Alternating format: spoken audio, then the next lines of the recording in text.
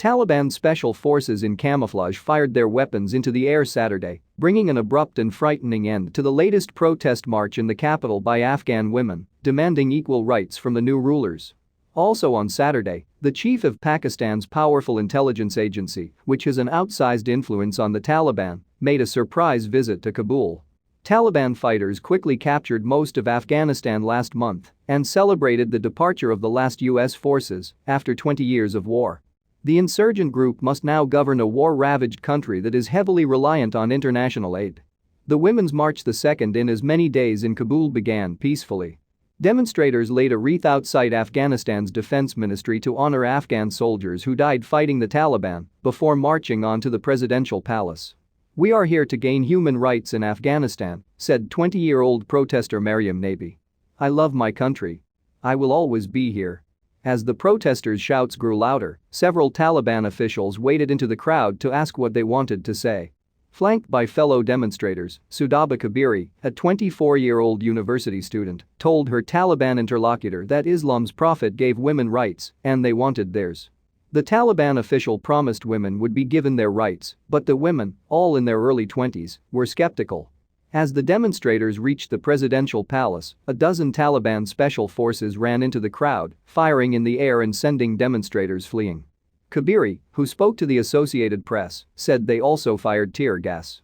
The Taliban have promised an inclusive government and a more moderate form of Islamic rule than when they last ruled the country from 1996 to 2001.